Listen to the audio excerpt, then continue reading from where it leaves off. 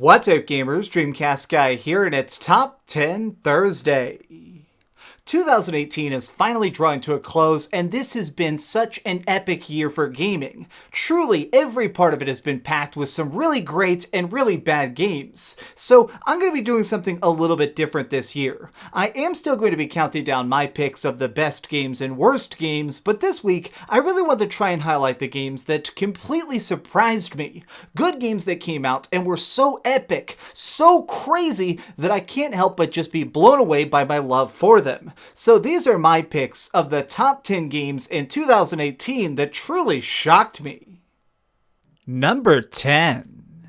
Spyro Reignited Trilogy.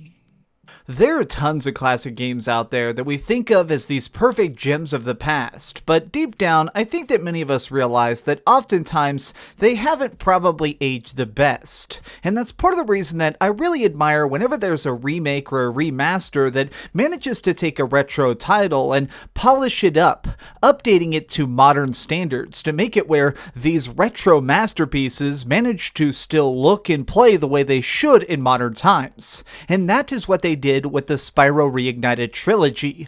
This is Spyro 1, 2, and 3, but completely reimagined in an all-new and increasingly epic way. These are probably even better than the originals were, and the fact that I can say that is still completely stunning.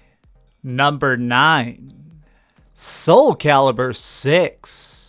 It seems like every franchise, no matter how good or bad, is going to eventually have some low points. For the legendary slashing fighter Soulcalibur, it's been mostly in the background over the course of the last few years, but I think that plays a role in why I was so just completely impressed by 6. The entire roster is interesting characters that all fight in totally original ways. It's really kind of incredible to see all of it in action, especially when they throw in some completely random people like the hero of Witcher. This guy is out there chopping up faces right along everybody else, and it really keeps the intensity and pulse-pounding epicness of every single match even more astounding.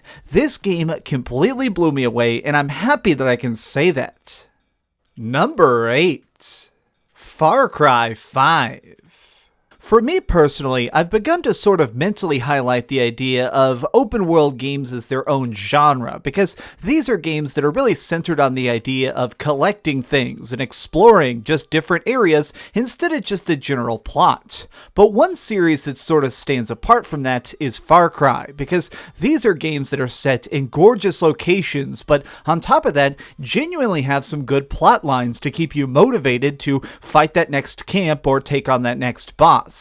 Far Cry 5 really stands apart from the rest of the franchise though, since this is a project that takes place in the United States instead of a tropical island. You're just cruising around in the upward hills of the Heartland and taking out crazy psychopaths who have dominated this town. And you know what? I think that this was a very smart choice, because now it really makes it where you focus more on the action. You really get to try and just enjoy those moments of teaming up with a friend and stealing a plane and dropping bombs on somebody, or trying to steal a radio tower to get a better view of the land. This stuff is so cool, and really, it's such a nice surprise.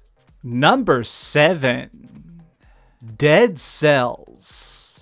When talking about this game, it's difficult not to mention the fact that this is a project that was unfortunately surrounded in some very heavy controversy back at launch due to a really scummy reviewer stealing a complete video talking about how good this game is. And I feel like that's a shame because in some aspects, it really sort of overshadowed the game itself.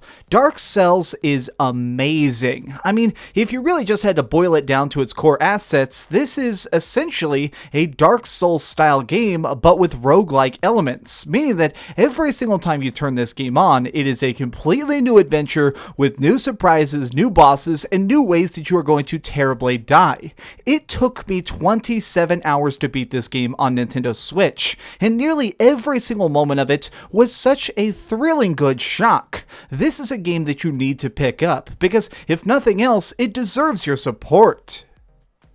Number 6. Call of Duty Black Ops 4. What a freaking strange year we have. I mean, I can't believe that right now I'm sitting in my office and I'm saying nice things about a COD title, because really, if you think about it, I'm probably one of the biggest COD haters. I feel like so many Call of Duty games are so copy-paste, but Black Ops 4 really does deserve praise. I can fully admit that I was wrong, because before release, I thought that this game would feel very flat and empty since it doesn't have a single player, but somehow, the combination of old-school multiplayer, zombies modes, and the Battle Royale is undeniably a solid experience. This is the type of game that manages to make multiplayer fun even when you're playing by yourself, which, in my opinion, is one of the toughest things to do. The feeling of every single gun, or just trying to get into those thrilling matches where you're cornered by a million undead, it's so fantastic, and it kinda just blows me away, because Activision in general kinda sucks. This is a testament to the fact that they listened to fan feedback. They realized that we wanted something new, and they really managed to do it. Number 5. A Way Out.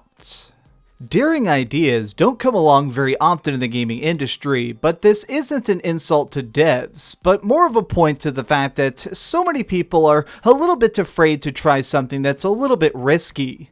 Well, the brilliant mind of Joseph Fares isn't the type of person to be scared of anything, especially doing something different. So he created one of the first ever forced two-player games. You cannot beat this by yourself. It is completely impossible. So what you do here is, we are playing as a pair of inmates who are in prison who have decided that it's time to bust out and get some revenge. Doing that, though, requires some very strict teamwork, which means that you and your partner are going to be doing some real-life coordination. You need to talk problems out, figure out where to go next, and what exactly is the next proper solution to the puzzle you're stuck on. And while all this may sound like a dumb gimmick, it's really not. It really makes it where you feel connected to these characters and this world. Their struggle feels like your struggle, and by the end of it, I really didn't want to see the credits roll.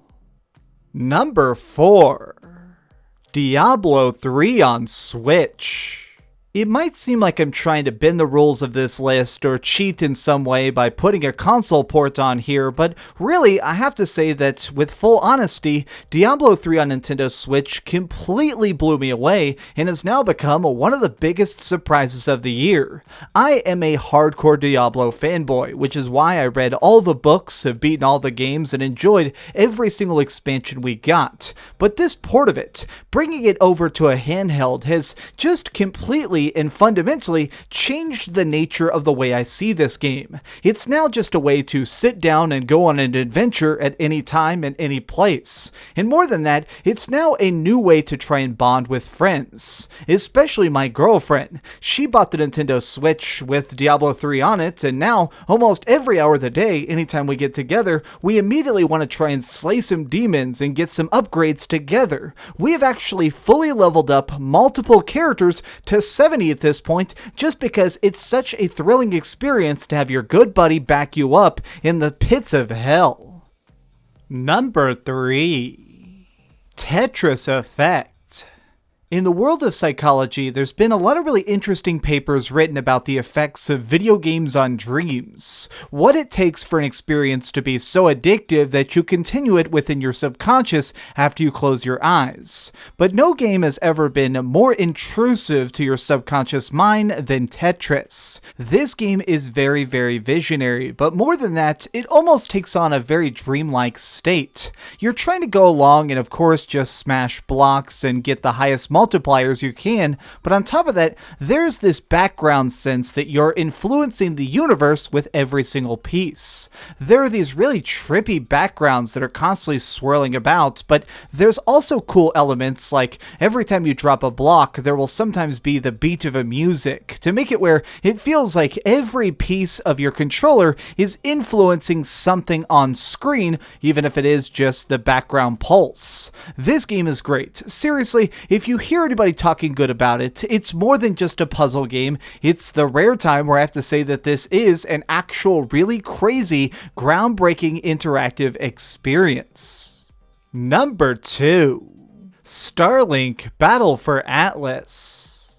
Nintendo has obviously done some really amazing stuff in the gaming industry over the course of all the decades they've been in business, but I always thought that one area where they kind of slipped up is how they treated Star Fox. This series is just so full of unique and fantastic games, and yet they've mostly ended up sitting in the background, completely ignored, sort of like that really cool sweater you just have in the back of the closet. And really, I think that they deserve better. But here's what's really kind of a shock. Impressively, it seems as if somehow Ubisoft has gained incredibly good favor inside Nintendo over the course of the last year, and they managed to get permission to borrow Star Fox and his crew to create an expansive space exploration game.